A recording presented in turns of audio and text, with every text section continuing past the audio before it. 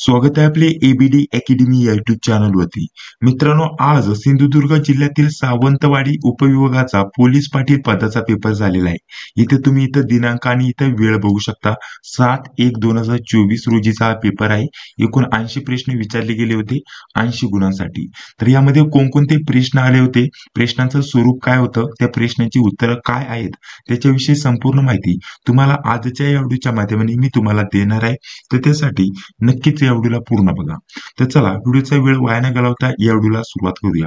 आता सर्वप्रथम मी तुम्हाला सांगतो, यामध्ये आपण 20 ते 22 प्रश्न सोडवणार आहोत. एकूण 80 प्रश्न विचारले गेले होते आणि बाकी संपूर्ण प्रश्नपत्रिकेचं स्वरूप आपण बघणार आहोत. पहिलेच तुम्हाला सांगू घेतोय, यामध्ये फक्त 20 ते 22 प्रश्न सोडवणार आहोत आणि बाकी जर म्हटले बाकीचे जे पण प्रश्न आहे आणि बाकी सर्व प्रश्नांचं स्पष्टीकरण आपल्याला आपला जो ऑफिशियल युट्यूब चॅनल आहे YBD अकॅडमी, ज्याची लिंक व्हिडिओच्या डिस्क्रिप्शन बॉक्समध्ये टाकून देतोय, त्यावरती उद्या डिटेलमध्ये सर्व 80 प्रश्नांचं स्पष्टीकरणासोबत उत्तरं तुम्हाला बघण्यासाठी भेटून जातील. ठीक आहे. आता या व्हिडिओच्या माध्यमाने आपण 20 ते 22 प्रश्न सोडून घेऊया आणि बाकी जे पण प्रश्न आहे त्यांचं स्वरूप बघूया आणि प्रश्नपत्रिकेचं स्वरूप बघूया. कारण आज जर म्हटलं तर थोडी तब्येत खराब असल्यामुळे घसा बसलेला आहे, त्यामुळे व्यवस्थित आपल्याला पूर्ण व्हिडिओ बनवता येणार नाहीये. त्यामुळे 20 ते 22 प्रश्न बघूया आणि बाकीचे सर्व राहिलेले प्रश्न आपण उद्याच्या व्हिडिओच्या माध्यमाने सोडून घेऊया. तर बघा, पहिला प्रश्न आपल्याला काय दिलेला आहे, खारफुटी या वनस्पतीमुळे बनलेल्या जंगलांना काय म्हणतात? तर त्या जंगलांना काय म्हणतात सांगा बरं. तर आपल्या प्रश्नाचं योग्य उत्तर असणार आहे कांदळवन. ठीक आहे, कांदळवन हे आपल्या प्रश्नाचं इथे योग्य उत्तर असणार आहे. आता यावरती अजून आपल्याला असा प्रश्न विचारला जाऊ शकतो की जगामध्ये सर्वात जास्त खारफुटीचे जंगल कोणत्या देशात आहे? तर ते आपल्या भारत देशात आहे. ठीक आहे, भारत या प्रश्नाचं आपल्या इथे योग्य उत्तर असणार आहे. यावरती असा देखील प्रश्न विचारला जाऊ शकतो की खारफुटीचे सर्वात मोठे जे जंगल आहे ते कुठे आहे? तर ते आपल्याला सांगता येईल भारताच्या पूर्व किनारपट्टीवर असणारे सुंदरबनचे जे जंगल आहे ते जगातील किंवा भारतातील आपल्याला सर्वात मोठं आपल्याला खारफुटीचे जंगल बघण्यासाठी भेटतं. ठीक आहे, हे देखील आपल्याला माहिती असणं गरजेचं असणार आहे. थोडंसं आवाजामध्ये बदल होऊ शकतो, व्यवस्थित समजण्यासाठी तुम्हाला इथं प्रॉब्लेम येऊ शकतो, परंतु थोडं आजचे दिवस ऍडजस्ट करून घ्या. ठीक आहे.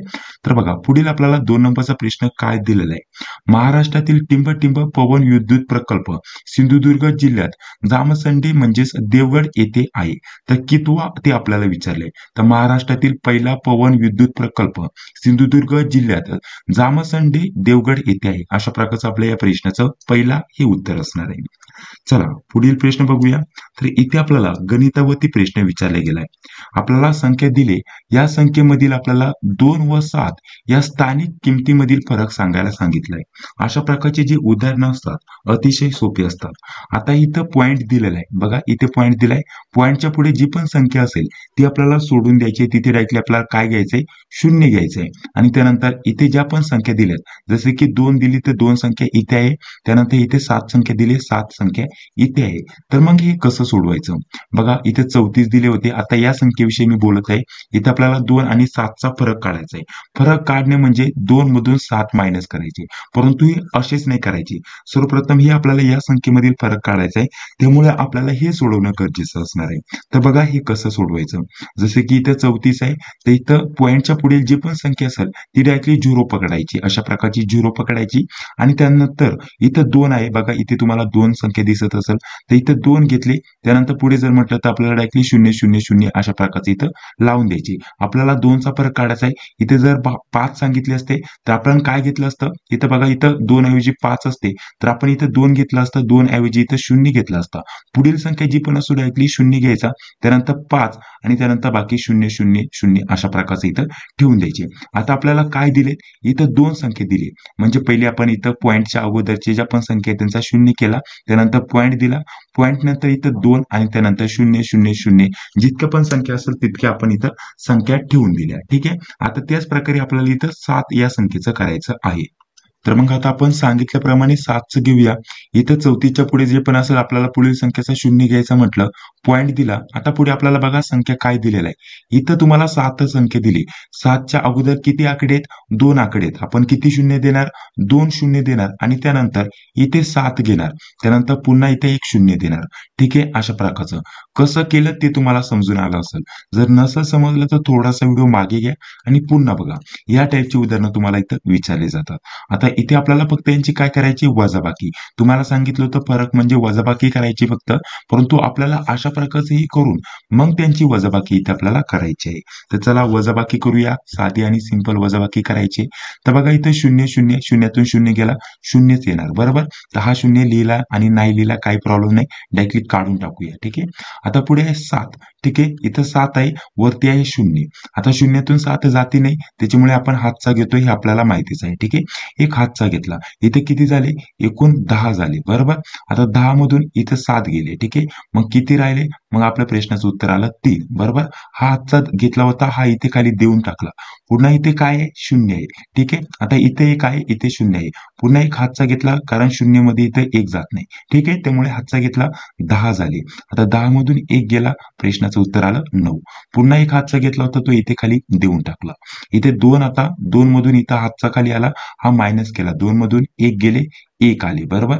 अशा प्रकारचं. त्यानंतर पॉईंट होता, पॉईंट इथे दिला, हा 1 आहे, आपण अशा प्रकारचा लिहिला आणि पुढे 0. तर हे आपल्या प्रश्नाचे इथे योग्य उत्तर असणार. मग आपला ऑप्शन क्रमांक ड या प्रश्नाचं इथे योग्य उत्तर होईल. समजलं. चला तर पुढील आपल्याला 4 नंबरचा प्रश्न म्हटलं तर सिंधुदुर्ग जिल्ह्याचे विद्यमान जिल्हाधिकारी कोण आहेत, अशा प्रकारचा इथे प्रश्न विचारला गेलाय. तुम्ही कोणत्याही जिल्ह्यातून पोलीस पाटील पदाची तयारी करत असाल तर जिल्हाधिकारी कोण आहे, जिल्हा दंडाधिकारी कोण आहेत हे आपण बघून घ्या, त्यावरती 100% प्रश्न विचारला जातो. ठीक आहे, तर सिंधुदुर्गचं इथं विचारलंय तर किशोर तावडे या प्रश्नाचं आपल्या इथे योग्य उत्तर असणार आहे. पुढील बघा आपल्याला प्रश्न काय विचारलाय, महाराष्ट्र पोलीस दलाचे ब्रीद वाक्य कोणते आहे त्यावरती प्रश्न इथे विचारलाय. तर ऑप्शन 1 या प्रश्नाचं आपल्या इथे योग्य उत्तर असणार आहे.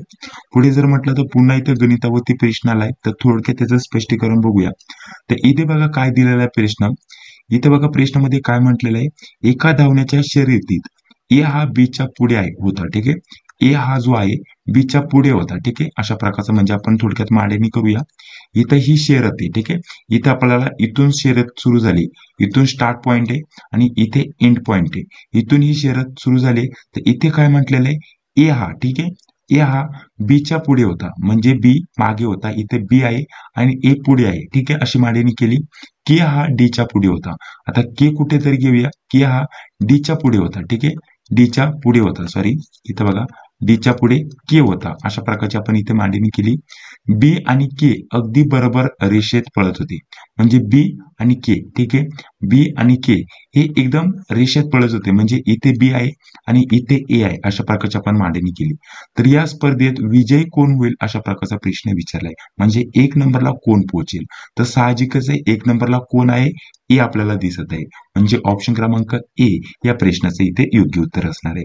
समजून आलं. चला पुढील प्रश्न. पुढील आपल्याला 7 नंबरचा प्रश्न काय दिलेला आहे, एक घड्याळ दर तासाला 120 सेकंद पुढे जाते.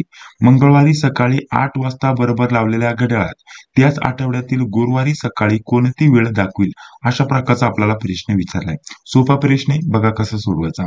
इथे काय म्हटलेलं आहे, एक घड्याळ दर तासाला किती वेळ पुढे जाते, 120 सेकंद पुढे जाते. किती, 120 सेकंदांनी ते पुढे जाते, सेकंद. आता 120 सेकंद म्हणजे किती, 2 मिनिट. ठीक आहे, कारण 60 सेकंद तेव्हा आपल्याला सांगते 1 मिनिट. तर अशा प्रकारचे 120 सेकंद तेव्हा किती झाले, 2 मिनिट. हे आपल्याला इथपर्यंत समजलं. त्यानंतर पुढे काय म्हटलेलं आहे, ते घड्याळ मंगळवारी सकाळी 8 वाजता बरोबर लावलेले. किती वाजता, 8 वाजता ते घड्याळ बरोबर लावले. आता त्यानंतर आपल्याला गुरुवारी म्हणजे मंगळवार, इथे बघा इथं मंगळवार घेऊया, मंगळवार घेऊया. मंगळवारी सकाळी 8 वाजता ते बरोबर लावले. त्यानंतर मध्ये कोणता वार गेला, बुधवार. ठीक आहे, बुधवार घेऊया आणि त्यानंतर इथं गुरुवार घेऊया. हे ते तुम्हाला समजलं. आता इथं 2 दिवसाचा कालावधी जातोय. एका दिवसामध्ये किती तास असतात, 24 तास असतात. ते घड्याळ प्रत्येक 1 तासाला मग किती मिनिटं पुढे जाते, 2 मिनिटं पुढे जाते बरोबर. प्रत्येक 1 तासाला 2 मिनिटं पुढे जाते. एका दिवसामध्ये 24 तास असतात, गुणाकार 2 करा, कारण ते 2 मिनिटं पुढे जाते प्रत्येक तासाला, झाले 48 तास बरोबर. इथे किती दिवस आहे, आपल्याला हे 2 दिवसांचा कालावधी गेलेला आहे, म्हणजे 48. आता 2 दिवस म्हणजे ते 2 वेळेस घ्यावं लागलं, 48 ला 2 ने गुणाकार करावा लागेल. तर मग आपल्या प्रश्नाचं योग्य उत्तर काय येईल, सांग बरं. 48 ला 2 ने गुणाकार करायचा बरोबर की नाही. 48 ला जर आपण 2 ने गुणाकार केला तर आपल्या प्रश्नाचं उत्तर येतं 96. आता 96 हे काय झाले, हे मिनिटे झालेत. आता आपल्याला त्याला तासामध्ये कन्वर्ट करायचंय. तर आपण याच्यात जर विचार केला तर इथं बघा 60 मिनिटे तेव्हा 1 तास, बरोबर. 1 तास इथं आपण काढला म्हणजे 96 मधून जर विचार केला तर 60 मायनस केले, तर जर विचार केला तर आपल्या प्रश्नाचं उत्तर काय येतं. आता डायरेक्टली असं देखील करू शकता, 96 मधून तुम्ही 60 काढून टाका, तर त्यानंतर आपल्या प्रश्नाचं उत्तर येतं 36. म्हणजे 1 तास आपण 60 मिनिटाचा इथं काढून टाकला, बरोबर, आणि उरले 36 मिनिटं. म्हणजे 1 तास 36 मिनिटं इथे आपल्याला कशाचे मिळाले, याची मिळाले. एकूण जे 96 मिनिटं झालेत, या मिनिटाचं आपण इथं तासामध्ये कन्वर्ट केलं. 1 तास 36 मिनिटं. आता जर विचार केला तर प्रत्येक जर म्हटलं तर इथं 8 वाजता त्यांनी सेट केलं होतं मंगळवारी, बुधवारी आणि गुरुवारी. मग आता 1 तास 36 मिनिटांनी पुढे जाईल. तेव्हा 8 ला सेट केलं होतं, तर आपल्याला 9 इथं 1 तास म्हणजे 1 तास ऍड केला तर किती झाले 9, बरोबर. आता ते 9 हे झाले आणि पुढील जर विचार केला तर हे 36 मिनिटं. पुढील 36 मिनिटं म्हणजे जर विचार केला तर गुरुवारी त्या घड्याळामध्ये 9 वाजून 36 मिनिटं एवढा वेळ दाखविला. म्हणजे ऑप्शन क्रमांक डी हे आपल्या प्रश्नाचं योग्य उत्तर असेल.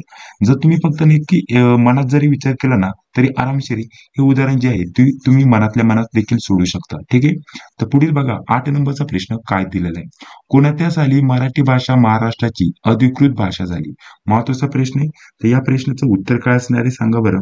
या प्रश्नाचं योग्य उत्तर असणार आहे ऑप्शन क्रमांक ब. ठीक आहे. म्हणजेच 1966. 1966 सालापासून जी मराठी भाषा आहे ती महाराष्ट्राची अधिकृत भाषा म्हणून इथं स्वीकारली गेली. पूर्ण दिनांक जर विचार केले तर दिनांक सुद्धा आपल्याला विचारली जाते.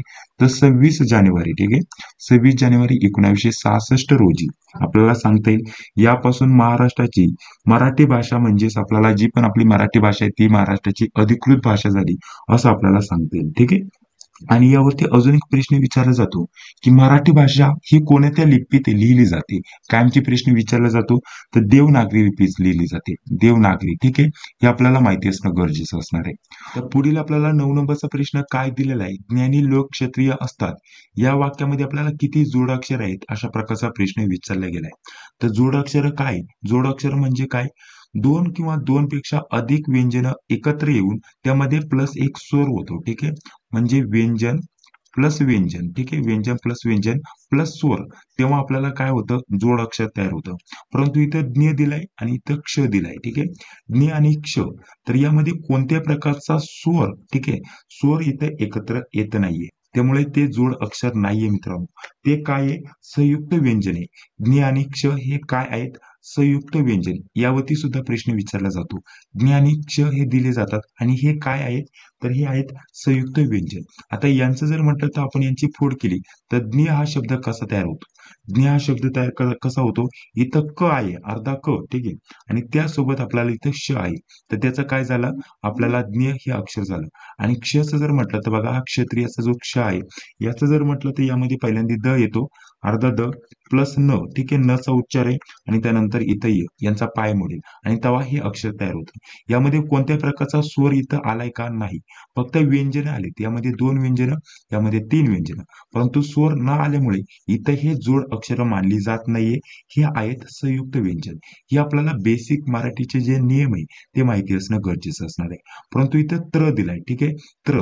आता त्रचं जर म्हटलं तर याची फोड कशी करता येईल, त्र जर म्हटलं तर आपल्याला त घेता येईल, ठीक आहे, त्यानंतर प्लस र घेता येईल, ठीक आहे, आणि त्यानंतर आपल्याला अ घेता येईल, ठीक आहे, अशा प्रकारचं. मग इथे हे काय आलं, हा आला स्वर, इथे आलं हे व्यंजन, ठीक आहे, हे दोन झाले व्यंजन, ठीक आहे, व्यंजन प्लस स्वर, ठीक आहे, अशा प्रकारचं.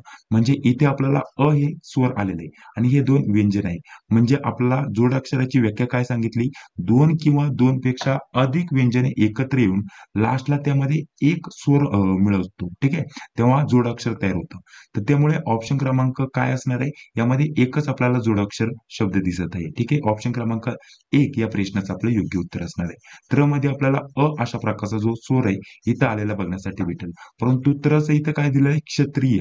म्हणजे जर विचार केला त्रि दिलंय, ठीक आहे, म्हणजे जर विचार केला तर त्र, ठीक आहे, पहिल्यांदा त, त्यानंतर र, ठीक आहे, त्यानंतर प्लस मध्ये ई, अशा प्रकारची इथं आपल्याला फोड करून जोडता येईल आणि ते नाव झालं क्षत्रिय, म्हणजे त्रि झालं, ठीक आहे, त्रि तयार झालं. तर त्यामुळे इथे फक्त एक जोड अक्षर आलंय, म्हणजे ऑप्शन क्रमांक 1 या प्रश्नाचं योग्य उत्तर असणार आहे. आणि ज्ञ आणि क्ष हे का जोड अक्षर नाहीयेत हे देखील मी तुम्हाला समजून सांगण्याचा प्रयत्न केलेला आहे. काही डाऊट असतील तर कमेंट बॉक्समध्ये सांगायला विसरू नका. पुढे बघा, हा प्रश्न मागील सिंधुदुर्गच्या प्रश्नपत्रिकेमध्ये सुद्धा आला होता.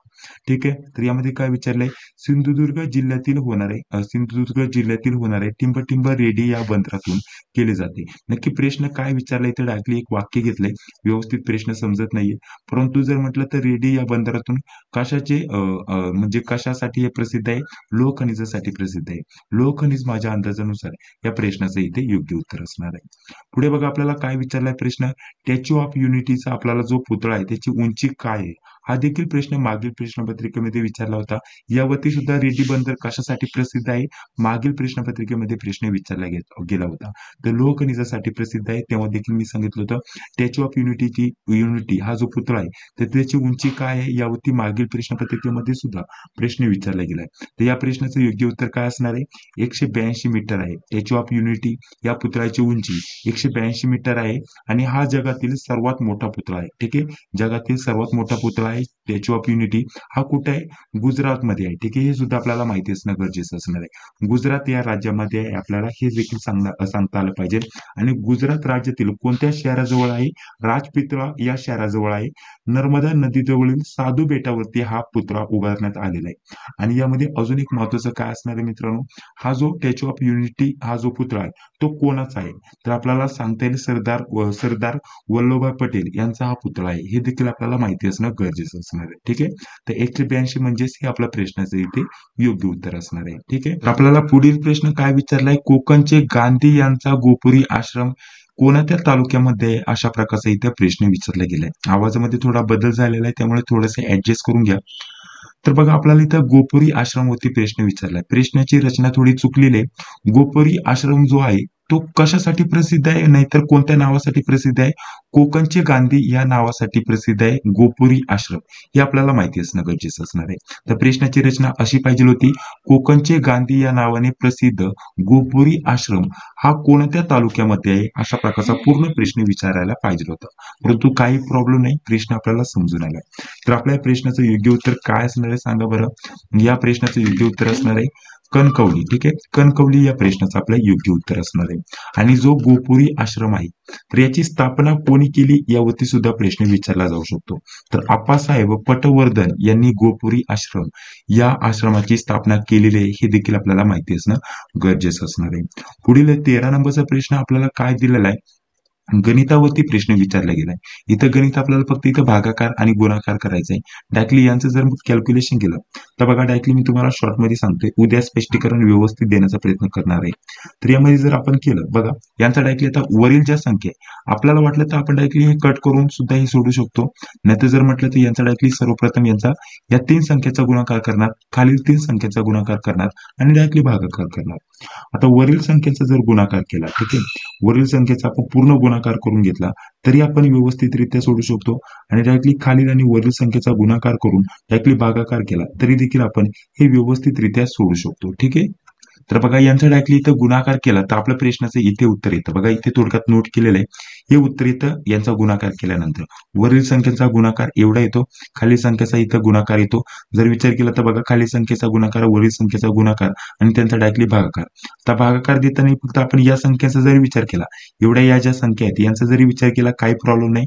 1 0 सोडून इथं आपल्याला काय पॉईंट द्यायचे, नाही तर भागाकार जरी व्यवस्थित केला, उद्याच्या व्हिडिओच्या माध्यमाने आपण व्यवस्थित स्पष्टीकरण घेण्याचा प्रयत्न करूया. आणि या प्रश्नाचं उत्तर काय येतं 0.27. ठीक आहे, 0.27 ऑप्शन क्रमांक क या प्रश्नाचं आपलं इथे योग्य उत्तर असणार आहे. तर पुढील आपल्याला प्रश्न काय दिलेला आहे, नुसत्याच पार पडलेल्या नौदल दिनानिमित्त छत्रपती शिवाजी महाराजांचा जो पुतळा आहे कोणत्या किल्ल्यावरती उभारण्यात आलेला आहे, अशा प्रकारचा इथे प्रश्न विचारला गेला.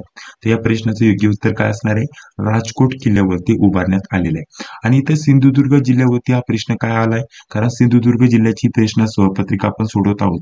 हा पुतळा राजकोट या किल्ल्यावरती उभारण्यात आलेला आहे, परंतु याचं जे तोंड आहे सिंधुदुर्ग जिल्ह्याकडे केलेलं आहे, त्यामुळे आपल्याला यावरती याच्या रिलेटेड अशा प्रकारचा प्रश्न इथं विचारला गेलाय. इथं असा देखील प्रश्न विचारला जाऊ शकत होतो. ठीक आहे, जो पुतळा आहे त्याचं तोंड कुठं आहे, तर त्याचं तोंड आहे सिंधुदुर्ग जिल्ह्याकडे, त्यामुळे आपल्याला इथे सिंधुदुर्गवरती आपल्याला हा प्रश्न इथं विचारलेला बघण्यासाठी भेटलेला आहे. पुढे बघा, महाराष्ट्र राज्य पोलीस दल हे महाराष्ट्र शासनाच्या कोणत्या मंत्रालयाअंतर्गत कार्य करते? ठीक आहे, तर ते गृह विभागाअंतर्गत काम करते.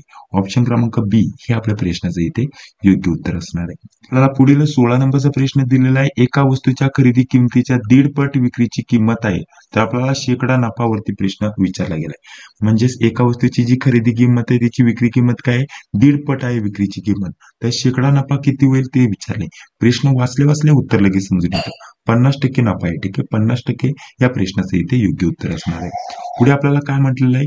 इंग्रजी अक्षर मालिकेत डावीकडून 8वे आलेले जे अक्षर आहे उजवीकडून कितवे असेल, अशा प्रकारचा प्रश्न विचारलाय.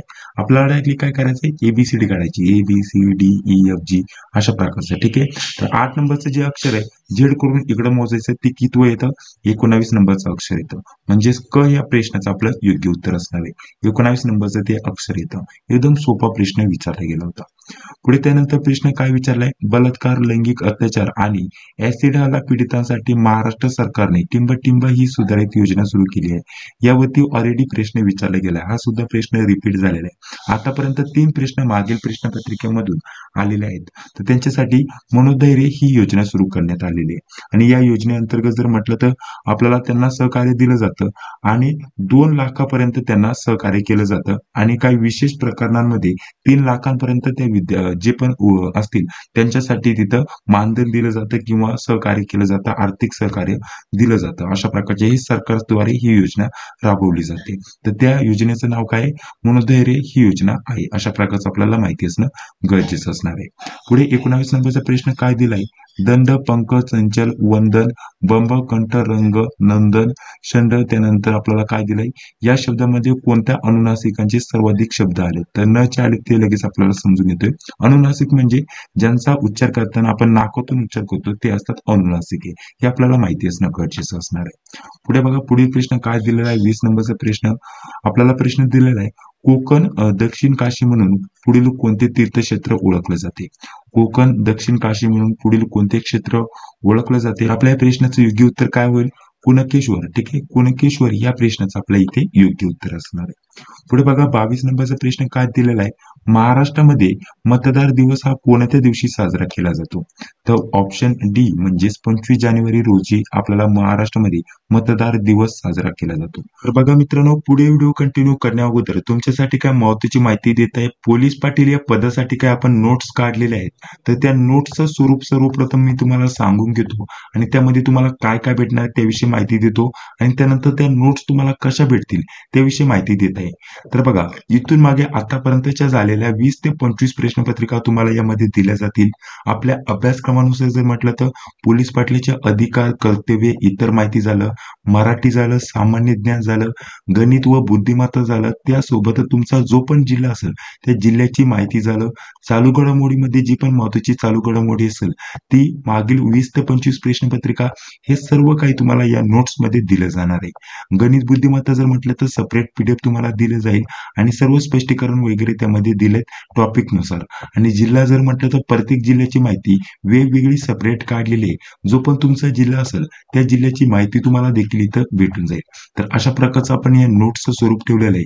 यामध्ये हे सर्व काही PDF तुम्हाला दिले जातात, जे की तुम्ही स्क्रीनवरती बघू शकता. या नोट्समध्ये हे सर्व काही तुम्हाला दिले जाणार आहे. तर अशा प्रकारच्या पोलीस पाटील या पदभरतीसाठी आपण नोट्स काढलेले आहेत. बघा, हे अशा प्रकारचं नोट्सचं स्वरूप असणार आहे. इथून मागे आतापर्यंत जर म्हटलं तर जेवढ्या पण प्रश्नपत्रिका झाल्यात त्या प्रश्नपत्रिका आपण गोळा केलेल्या आहेत. 2023 मध्ये झालेल्या, इथून मागे झालेल्या, एकूण आतापर्यंत 20 ते 25 प्रश्नपत्रिका आपल्याकडे आलेल्या आहेत. जी प्रश्नपत्रिका आज झाली ती सुद्धा तुम्हाला यामध्ये दिली जाणार आहे. तर अशा प्रकारचे एकूण 20 ते 25 प्रश्नपत्रिका, त्यासोबत मराठी, इंग्रजी सुद्धा तुम्हाला कधी कधी पोलीस पाटील या भरतीसाठी विचारलं जातं. तर इंग्रजीच्या सुद्धा नोट्स तुम्हाला दिले जातील, जसे की मराठी प्लस इंग्लिश या विषयाच्या नोट्स झाल्या. पोलीस पाटलाचे अधिकार व कर्तव्य, ठीक आहे, या विषयाच्या नोट्स झाल्या. त्यासोबत जर विचार केला तर पुढे अजून काय महत्वाचा विषय असणार आहे? सामान्य ज्ञान. ठीक आहे, सामान्य ज्ञानवरती काय महत्वाचे अशा प्रकारचे PDF तयार केलेत, हे तुम्हाला इथं दिले जाणार आहे. पुढे जर म्हटलं तर अजून काय? जिल्ह्याची माहिती झालं, जिल्ह्याची माहिती. त्यानंतर अजून पुढे तुम्हाला यामध्ये काय भेटणार आहे? गणित व बुद्धिमत्ता. पुढे अजून यामध्ये आपला विषय कोणता राहिला यामध्ये सांगा बरं. चालू घडामोडी. ठीक आहे. चालू घडामोडी यावरती सुद्धा तुम्हाला प्रश्न विचारले जातात. तर अशा प्रकारच्या या अभ्यासक्रमानुसार आपण नोट्स तयार केलेल्या आहेत, त्या खूपच कमी किमतीमध्ये तुम्हाला उपलब्ध करून दिल्या जाणार आहे. या सर्व नोट्स तुम्हाला व्हॉट्सअपवरती अशा प्रकारच्या सेंड केल्या जातील PDF फॉर्मॅटमध्ये. ज्याचा डेमो पेज तुम्हाला अशा प्रकारचे मी दाखवून घेतले कशा प्रकारच्या या नोट्स तुम्हाला पाठवल्या जातील. त्याची प्राइस आपण ठेवलेली आहे ₹199. जर तुम्हाला घ्यायचे असेल, जॉईन व्हायचं असेल तर तुम्हाला काय करायचं, एक नंबर देतोय 9139 46 31 99. बघा या नंबरवरती तुम्हाला काय करायचंय, फोन पे, गुगल पे किंवा पेटीएमच्या माध्यमाने पेमेंट करायचंय. हाच नंबर इथे वरती सुद्धा तुम्ही बघू शकता 9139 46 31 99.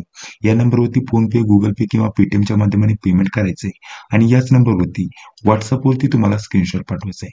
त्यानंतर व्हॉट्सअपवरती स्क्रीनशॉट पाठवल्यानंतर या सर्व ज्या नोट्स सांगितल्या, मागील 20 ते 25 प्रश्नपत्रिका आणि बाकी सर्व विषयांच्या नोट्स, यामध्ये काय महत्त्वाचे IMP प्रश्न आपण ऍड केलेले आहेत. हे सर्व तुम्हाला सेंड केलं जाईल 5 ते 10 मिनिटांमध्ये व्हॉट्सअपवरती PDF फॉर्मॅटमध्ये. तर अशा प्रकारचं आपण आपल्या नोट्सचं स्वरूप ठेवलेलं आहे. जर पोलीस पाटील भरतीची तुम्ही तयारी करत असाल तर स्पेशल या पोलीस पाटील पदभरतीसाठी या नोट्स महत्त्वाच्या असणार आहे. जसं की बघा, नांदेड जिल्ह्याची इथं सविस्तर माहिती काढली, 3 वेगवेगळ्या स्वरूपामध्ये तुम्हाला माहिती दिली. लेटेस्ट चालू घडामोडीची माहिती दिली, इतर महत्त्वाची माहिती दिली, जिल्ह्यावरती माहिती दिली, ठिकाणे जे महत्त्वाचे असतील त्यावरती माहिती दिली, मागील प्रश्नपत्रिका यामध्ये दिल्या गेल्या आणि त्यासोबत या सर्वांसोबत अजून आपल्याला काय दिलं जाणार आहे, एक व्हॉट्सअप ग्रुपची लिंक दिली जाणार आहे, जी की तुम्ही इथे बघू शकता. या हा जो व्हॉट्सअप ग्रुप आहे त्या लिंकला क्लिक करून तुम्हाला ते जॉईन करायचं आहे आणि तिथे तुम्हाला सर्व काय स्टडी मटेरियल जोपर्यंत तुमचा पेपर होत नाही तोपर्यंत उपलब्ध करून दिलं जातं. कोणत्याही जरी म्हटलं विभागाचा किंवा कोणत्याही जिल्ह्याचा पेपर झाला तर लगेच त्या व्हॉट्सअप ग्रुपवरती तुम्हाला दुसऱ्या दिवशी किंवा त्याच दिवशी तो पेपर तुम्हाला तिथे उपलब्ध करून दिला जातो PDF स्वरूपामध्ये. महत्त्वाची जी पण माहिती असेल ती पण तुम्हाला त्या व्हॉट्सअप ग्रुपवरती दिली जाते. तर अशा प्रकारचं आपण आपल्या नोट्सचं स्वरूप ठेवलेलं आहे, तर नक्की जॉईन व्हायला विसरू नका. तर चला पुढे आपण व्हिडिओ कंटिन्यू करूया. पुढील प्रश्न दिलाय, सिंधुदुर्ग जिल्ह्यामध्ये टिंबटिंब हा तालुका 26 जून 1999 रोजी निर्माण झाला. ठीक आहे, यावरती प्रश्न विचारला गेलाय.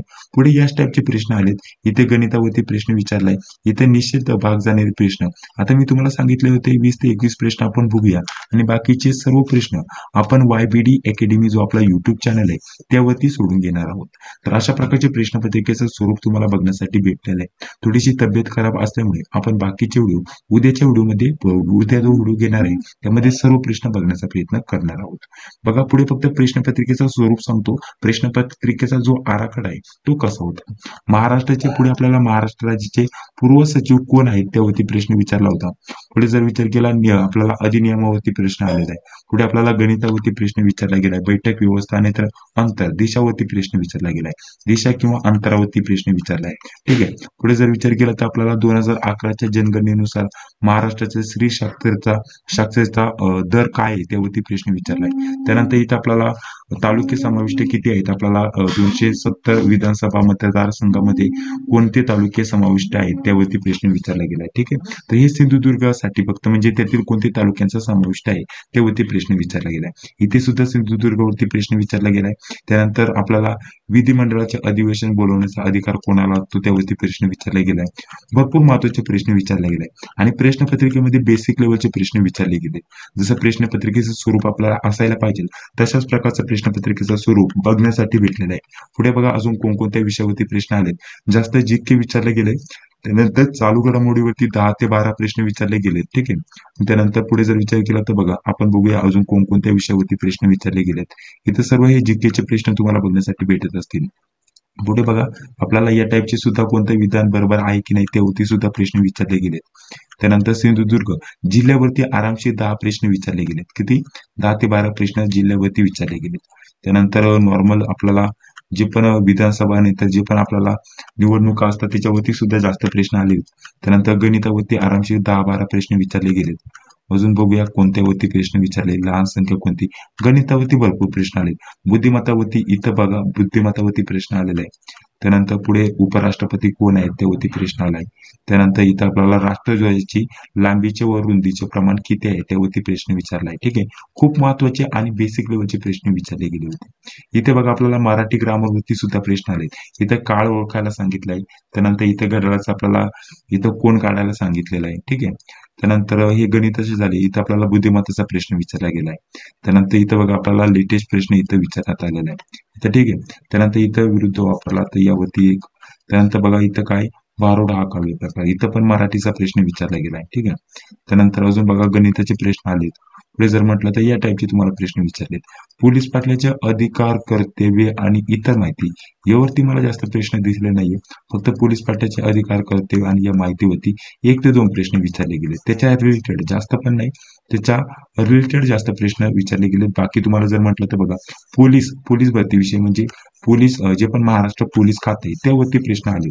पोलीस पाटलाचे अधिकार, कर्तव्य यावरती जास्त प्रश्न नाहीये, परंतु पूर्ण पोलीस खात्याचा विचार करण्यात आलेला आहे. त्याच्या रिलेटेड 3 ते 4 प्रश्न आलेत नक्कीच. इथं बघा इथं पोलीस ध्वज झालं. त्यानंतर जर विचार केला तर ब्रीद वाक्य काय आहे पोलीस म्हणजे जे पोलीस विभाग आहे त्याच्यावरती प्रश्न विचारला गेलाय. ठीक आहे, तर यावरती या टाईपचे प्रश्न विचारले गेले. ठीक आहे, संपूर्ण प्रश्नपत्रिकेचं स्वरूप तुम्हाला समजून आलं असेल. बाकीचे जे पण प्रश्न आहे, गणिताचे प्रश्न म्हणा नाही तर बाकीचे जे पण प्रश्न आहे ते आपण पुढील व्हिडिओच्या माध्यमाने स्पष्टीकरणासोबत जाणून घेण्याचा प्रयत्न करणारच आहोत. हा व्हिडिओ जर तुम्हाला आवडला असेल तर या व्हिडिओला सर्वप्रथम लाईक करा. त्यासोबत चॅनलवरती पहिल्यांदा आला असेल तर चॅनलला सबस्क्राईब करा. जी बिल येते ती लाईक क्लिक